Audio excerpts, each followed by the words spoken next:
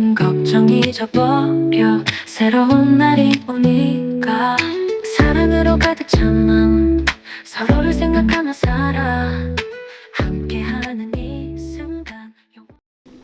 우리가 지난 시간에는 하나님께서 믿음으로 우리를 의롭게 하셔서 믿음으로 우리를 하나님의 자녀되게 하시는 그 은혜로 인해서 우리가 이방인인 우리가 하나님의 뜻 가운데에 아브라함의 후손이 되었다. 우리가 아브라함의 후손이 되었으므로 우리는 이제 아브라함이 받은 복을 우리도 똑같이 받는 존재가 되었다. 이렇게 우리가 가르침을 받았습니다. 이렇게 말씀을 생각해 보았습니다. 우리 이것을 쉽게 받아들일 수 있지만 이 사도 바울이 살아가던 시대에 유대인들만이 하나님의 자녀라고 생각되어지는 그런 생각이 만연해 있던 그 당시에 있어서는 이것은요 굉장히 파격적인 선언이었어요. 그래서 이 갈라디아서 오늘 믿음으로 의롭다함을 잊게 된다고 하는 것에 있어서 또한 그 이해를 하나하나 비유해 가고 있는 이 갈라디아서를 그래서 종교개혁의 선언문이다 이렇게 신학자들은 별칭으로 붙이기도 하는 것입니다. 이런 하나님의 은혜 가운데에 아브라함의 영적인 후손들이 되어진 또한 예수 그리스도를 믿음으로 말미암아서 이제는 믿음으로 의롭게 되어진 우리 그리스도인들이 이제는 오늘 본문에 와서는 어떻게 말씀을 하고 있느냐, 이제는 종으로서 사는 것이 아니라 아들로서 살아가야 된다고 하는 것을 가르치고 있고, 종이 아니라 아들로서 사는 것이 어떻게 사는 것인가 하는 것을 우리한테 소개해 주고 있습니다. 먼저 1절 말씀을 보면 내가 또 말하노니 유업을 이을 자가 모든 것의 주인이나 어렸을 때에는 종과 다름이 없어서. 여기서 중요한 단어가 무엇이냐면 유업을 이을 자. 말이 길게 되어 있으니까 우리가 조금 이해하기가 어려운데 가장 간단하게 말씀드리면은 상속자라고 하는, 상속권이 있는 사람이라고 하는 것입니다. 그것이 바로 유업을 이을 자라는 말로 오늘 성경 말씀 속에 이렇게 쓰여지고 있는 것입니다. 그런데 한 가지 제한이 있어요. 조건이 있어요. 이렇게 우리가 상속자면은 그 아버지로부터 그 부모로부터 모든 것을 상속받을 권리가 있지만은 이것에 제한을 두셨다 이 말이에요. 무슨 제한을 두셨냐면은 아직 어릴 때에는 그 권리를 행사하지 못하도록 하나님께서 제한을 두셨다 이거예요. 오늘 성경 말씀에는 뭐라고 쓰여 있냐면은 어렸을 동안에, 어린아이로 있을 동안에는 비록 비록 상속자이지만은 그 모든 것의 주인이 되지만은 그 모든 것에 대한 소유를, 권리를 행사할 수 없도록 그렇게 제한해 두었다. 이렇게 얘기하고 있는 거예요. 그러면 그 제한된 가운데에 있을 때에는 그러면 어떻게 살아가야 되느냐? 누구를 옆에다가 붙여서 후견인을 두어서, 오늘 성경 말씀에는 또 청지기를 두어서 어렸을 동안에는 상속자이지만은 그 상속받을 권리를 제한해 두고 후견인을 통해서, 청지기를 통해서 대신 관리받게 한다 라고 하는 것을 오늘 성경 말씀 속에서는 얘기하고 있어요. 이 어렸을 동안이라고 하는 말은 성경 원뜻으로 보면은요 젖먹이를 얘기하는 거예요. 아직 말을 잘 못하는 자라고 하는 뜻을 가지고 있어요. 말을 잘 못하는 어린아이에게 모든 재산을 다 물려주면 그게 간수가 되겠습니까? 감당이 되겠습니까? 어린아이는 돈에 대한 개념이 별로 없잖아요. 그래서 옛날 같은 경우에는 이 10,000원짜리하고 이 돈하고 사탕 하나를 주면 딱 주면 어린아이는 뭘 고르는 거예요? 10,000원짜리는 아무런 어린아이한테는 가치가 없는 거예요. 사탕이 눈에 보여서 사탕을 집는 거잖아요. 그럼 우리가 에이 이게 더 좋은 거지 이렇게 얘기를 하지 않습니까? 그러는 것처럼 우리가 어렸을 동안에는 말 못한 자로 있을 때에는 그런 이렇게 지각의 능력이 없기 때문에 후견인을 두어서, 청지기를 두어서 어느 때가 지날 때까지 그를 그 보호 아래에 둔다라고 하는 것을, 바로 이것을 율법이라고 하는 말로 우리한테 가르쳐주고 있는 것입니다. 그래서 2절 말씀을 보죠. 그 아버지가 정한 때까지, 이때가 언제냐? 그 아버지가 정한 때까지래요. 후견인을 둘 때가 후견인과 청지기 아래에 있나니. 로마 시대에는 대부분 관습법으로 그러는 거예요. 14살 때까지는 부잣집에서는 후견인을 둬서 그 아들의 뭐 공부하는 것, 뭐 이런 것들을 예의 범절을 배우는 것들을 이걸 다 후견인을 둬서 이렇게 관리를 한다고 합니다. 그리고 재산권의 행사는 언제 이루어지냐면은 24세 정도가 되면은 이제 자기 아들에게 물려줄 그 재산권을 행사할 수 있는 권리를 준다고 하는 거예요. 그래서 성인이 된 날을 24세로 보는데 이것이 일정하지가 않아요. 요즘은 법으로 딱 정해가지고 뭐 18인가 19인가 그러잖아요. 이제 우리 다비드도 성인이 됐는데 그런 것처럼 우리는 이렇게 나이로 딱 생일로 정해져 있지만은 로마 시대에는 아버지한테 재량권이 있는 거예요. 재산을 이렇게 마음대로 사용할 수 있는 권한을 아버지가 그때를 정한 24인데 좀 부족하다. 그럼 좀 더 뒤로도 밀릴 수 있는 거예요. 좀 앞으로 더 당길 수가 있는 거예요. 그러니까 아버지가 그 기한을 정해놓고 있다. 이 노마의 관습법을 통해서 우리에게 말씀하시는 게 무엇이냐면 예수 그리스도가 오신 것을 두고 얘기하고 있는 거예요. 우리는 예수 그리스도가 2020몇 년 전에 이렇게 오셨잖아요. 그것을 두고 사람들마다 별별 의견, 왜 꼭 그때 오셔야 하는가? 더 일찍 오시면 안 되는가? 더 늦게 오시면 안 되는가? 이런 것에 대해서 왈가왈부하는 것을 하나님께서 탁 못하게 하시려고 종기부를 찍으시려고 오늘 성경 말씀은 뭐라고 얘기하고 있느냐? 때는 누구의 소관이냐? 때는 우리의 소관이 아니라 때는 하나님의 소관이다 라고 하는 것을. 그래서 때가 찼다고 하는 말은 크노소스라고 하는 말을 쓰고 있는 거예요. 어떤 시점, 이렇게 흘러가는 시간이 아니라 똑같은 시간인데 어떤 정해진 시점, 어떤 정해진 때를 얘기하고 있는 거예요. 바로 그 때를 하나님께서 정하셨다 이 말입니다. 그래서 그 아버지가 정한 때까지 후견인과 청지기 아래에 있나니 3절 말씀에 보면 이와 같이 우리도 어렸을 때에 이 세상에 초등학문 아래에 있어서 종노릇 하였더니 예수님이 오시기 전에는 우리는 율법의 밑에 있어서 율법의 매인자로 살았다고 하는 것입니다. 그러나 때가 참에 4절 말씀을 보면 때가 참에 이제 예수님이 오신 그때를 얘기하는 것이죠. 이 때는 누가 정하시느냐? 하나님이 정하신다는 것입니다. 그래서 때가 참에 때가 되었음에 하나님이 그 아들을 보내사 여자에게서 나게 하시고 율법 아래에 나게 하신 것은 5절 말씀을 보게 되면은 율법 아래에 있는 자들을 속량하시고 우리로 아들의 명분을 얻게 하려 하심이라. 5절 말씀에 율법 아래에 있는 자들을 속량하시고 우리로 아들의 명분을 얻게 하려 하심이라. 이제 예수님이 오시기 전에는 우리는 율법에 매여 있었습니다. 그러나 예수님이 오심으로 말미암아서 이제는 우리는 율법에 매이는 사람이 아니라 예수님께 매이는 사람이 되었기 때문에 이제는 율법의 속박으로 율법의 그 법 아래 매어서 살아가는 사람이 아니라 믿음 안에서 은혜 안에서 살아가는 사람이 되었다고 하는 것을 우리한테 가르쳐주고 있는 것입니다. 그러므로 말미암아서 이때서부터 우리의 신분이 변화된 것입니다. 그리고 오늘 성경 말씀을 보면은요, 율법 아래에서 살던 사람과 그 예수님 아래에서 사는 사람의 가장 큰 차이가 뭐냐면 율법 아래에서는 종으로 사는 거예요. 그러나 예수님 아래에서는 종으로 사는 것이 아니라 아들로서 산다고 하는 가장 큰 차이가 있는 것입니다.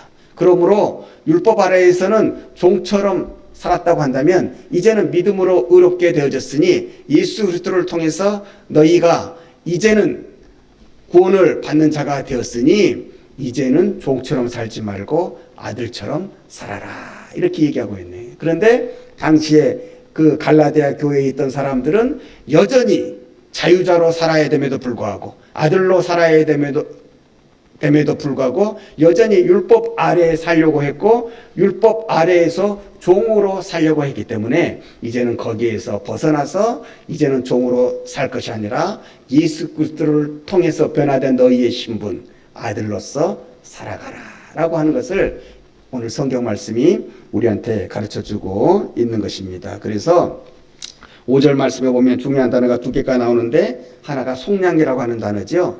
속량이라고 하는 것은 값을 치르고 그 사람을 샀다는 얘기입니다. 예수 그리스도께서 우리를 종에서 율법 아래에서 끌어내시려고 어떻게 하셨느냐?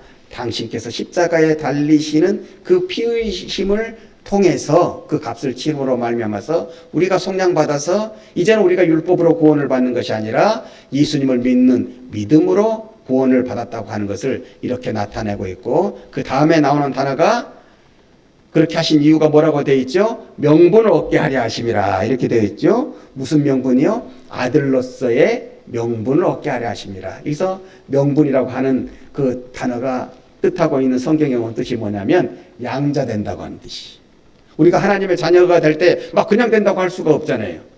그 자녀됨에 명분을 두시려고 예수 그리스도께서 우리를 위해서 십자가에 달리심으로 말미암아서 우리가 하나님의 양자됨의 명분을 얻게 했단 말이에요. 양자도 아들이 되는 거죠. 양자도 딸이 되는 거죠. 양자도 하나님의 자녀가 되는 거죠. 우리 예수님은 친아들이라고 한다면은 우리는 양자됨으로 하나님의 자녀가 된다고 하는 것을 오늘 성경 말씀이 우리한테 그렇게 가르쳐주고 있는 것이.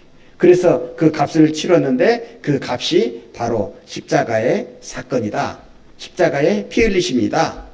그것을 우리를 속량하시고 그 십자가의 그 피 흘리심의 그 속량으로 말미암아서 우리가 이제는 종이 아니라 아들로서의 명분을 가지게 되어노라 이렇게 얘기하고 있습니다. 그러니 너희들 이제부터는 율법을 따라서 여전히 종으로 살 것이냐, 아니면은 예수 그리스도를 믿는 그 믿음으로 말미암아서 이제는 아들로 살 것이냐, 어떤 것이 더 귀하고 어떤 것이 더 바람직한 것이냐, 이제는 율법을 떠나서 이제는 믿음 안에서 하나님의 은혜를 받아들임으로 살아야 되는 것이 아니겠느냐. 그런데 여전히 너희는 왜 과거로 돌아가려고 하느냐. 이제는 과거를 잊어버리고 이제는 아들로서 행복하게 자유하며 살아갈 것이라.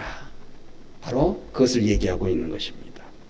오늘 6절 말씀을 보면 너희가 아들이므로 하나님이 그 아들의 영을 우리 마음 가운데 보내사 아빠 아버지라 부르게 하셨느니라. 이제는 종과 아들의 차이를 가장 극명하게 드러내고 있는 것이죠. 종은 아무리 신임을 받는다고 할지라도 그 주인에 대한 호칭이 어떻게 해야 됩니까? 대감마님 이래야 되는 거잖아요. 아니면은 정승 영의정님 이렇게 돼야 되는데, 아무리 가까운, 아무리 친숙하고 아무리 총애를 받는다고 할지라도 아빠 아버지라고는 부를 수가 없잖아요. 종은 그렇게 부를 수가 없잖아요. 그런데 우리는 예수 그리스도를 통해서 이제는 하나님을 뭐라고 부르게 되느냐? 아빠, 아버지. 아빠, 아버지. 이 말이 무슨 뜻이냐면은 우리가 아버지 하면 좀 멀리 좀 근엄하게 보여가 좀 거리가 있는 것으로 보이잖아요. 그런데 이제는 그런 것보다도 더욱더 가까이 친숙하게 아빠 이렇게 부를 수 있게 되었다고 하는 것입니다. 바로 이것이 종과 아들의 가장 큰 차이가 아니겠느냐. 종은 아무리 가까운 사람이라도 아빠 아버지라고 부를 수 없지만 우리는 예수 그리스도를 통해서 이제는 양자가 되어졌으니 그 하나님을 이제는 주여 주여 이렇게만 불러야 돼. 오 하나님이시여 하나님이시여 야훼여 이렇게만 불러야 되는 것이 아니라 아버지 이렇게도 부를 수 있게 되었다는 것입니다. 왜 이런 좋은 권리, 이런 좋은 특권을 너희가 아직도 깨닫지 못하고 아직도 저 높이 계신 멀리 계신 하나님, 무서우신 하나님으로만 야훼여 이렇게 부르며 살아가려고 하느냐. 아버지, 아빠 이렇게 부르고 살아가야 되는 것이 더욱더 자유함이 아니겠느냐. 그 자유함을 누리라 이렇게 말씀하고 있는 것입니다. 그래서 7절에서 마지막으로 이렇게 결론을 짓습니다. 그러므로 내가 이후로는 무엇이 아니요? 종이 아니요. 이젠 너희가 종이 아니야. 율법으로 매여 있은 그런 종이 아니야. 이제부터는 너희가 종이 아니요 아들이니 아들이면 하나님으로부터 말미암아 유업을 받을 자니라. 이제 종과 아들의 가장 큰 차이점을 우리한테 설명해 주고 있어요. 종은 아무리 잘해도 뭘 못 받습니까? 주인의 재산을 물려받지를 못하는 거잖아요. 그죠? 종은 권리가 없어요. 아무리 잘해도 그 주인의 재산을 자기의 것이라고 얘기할 수가 없는 거예요. 그런데 우리는 아들이니까 이제는 어떻게 되었다고요? 하나님으로부터 유업을 받을 자 아니라 하나님의 재산이 우리의 재산이 나의 재산이 하나님의 상속자가 되어진다고 하는 거예요. 천국에 들어갈 상속자가 되어진 것이요, 이 땅에서도 하나님의 축복을 받을 상속자가, 그 유업을 받을 자가, 이을 자가 되어졌다 이 말이에요. 그래서 우리가 신앙생활을 한다고 하는 것은 천국만 바라보고 신앙생활을 하는 것이 아니에요. 천국만 바라보고 신앙생활을 하는 것이 아니라 이 땅에서도 하나님의 자녀로서의 받을 복을 우리가 생각하면서 그 받을 복을 누리면서 그 받게 된 복을 가지고 나를 택해 주신, 자녀 삼아 주신 우리 하나님께 영광을 돌리는 자로서 믿음의 선한 영향력을 우리가 이 세상에 끼치며 살아가야 되는, 또한 그러한 의무도 권리도 있는 자임을 우리가 잊지 말아야 되는 거예요. 그래서 천국만 간다고 해서 우리가 다 된다고 하는 것이 아니라 이 땅 속에서도 하나님으로부터 은혜 받고 하나님으로부터 복을 받아서 살아계신 하나님의 아름다운 역사를 이 세상에 많이 증거하면서, 또한 더 나아가서 더 많은 안 믿는 사람들을 그리스도인으로 하나님의 자녀로 만드는 이 역사에 있어서 우리가 우리의 할 일을 다 해야 되는 것입니다. 여러분, 우리의 살아가는 모습은 다 다르잖아요. 목사로서, 교수님으로서, 또 사업가로서, 학생으로서 다 저마다의 모습은 다 다르지만은 그 다 다른 모습 속에서 우리가 한 가지로 꼭 나타나야 되는 것은, 우리가 그리스도인이라면 어떤 형편, 어떤 처지, 어떤 모습에서든지 하나님께 영광을 드러내야 된다고 하는 거예요. 나타내야 된다고 해요. 그것이 안 될 때에는 우리가 요구할 수 있잖아요. 아빠, 아버지라고. 아버지, 내가 몸이 약해서, 내가 뭐가 부족해서, 내가 자꾸 일이 자꾸 이렇게 막히고 꼬이고 하나님, 이거 다 풀어주셨어. 정말 나로 하여금 하나님의 자녀로서의 아름다운 모습들을 많이 보이며 살아가게 해 주시옵소서. 하나님께서 이 세상을 통치해 가시는 그 기이한 빛의 역사를 이 세상의 많은 사람들에게 알게 하는 데에 내가 매개처로서, 도구로서 쓰임받는 그런 삶을 살게 해 주시옵소서. 그래서 저한테 영적인 풍성함도 주시고, 육적인 건강함도 주시고, 물질적인 풍성함도 주시고, 자녀의 잘됨도 주셔서 하나님, 내 삶이 하나님께 큰 영광이 되게 하셨어요. 이 다음에 내가 하나님 만나게 되어질 때에 하나님 은혜로 잘 살다 왔습니다, 이렇게 고백할 수 있고, 하나님으로부터 그래, 네가 잘 살았다, 이렇게 칭찬받을 수 있는 길을 걸어가야 되는 거예요. 그래서 우리가 하나님 앞에 구하는 축복이, 어떤 축복을 달라고 간구합니까? 영육간의 축복, 영육간의 축복.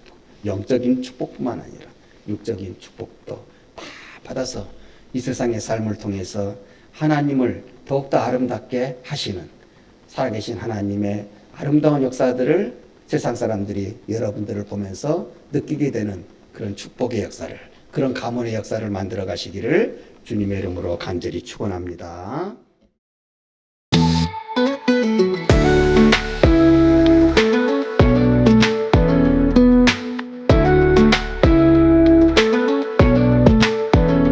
작은 기적 큰 기도 우리가 함께 만들어 마음 깊은 곳에서 뜨거운 마음 느껴봐. 새벽이 밝아오는 그 시간, 기쁨이 우리 감싸고 희망이 넘치는 세상, 우리가 꿈꾸는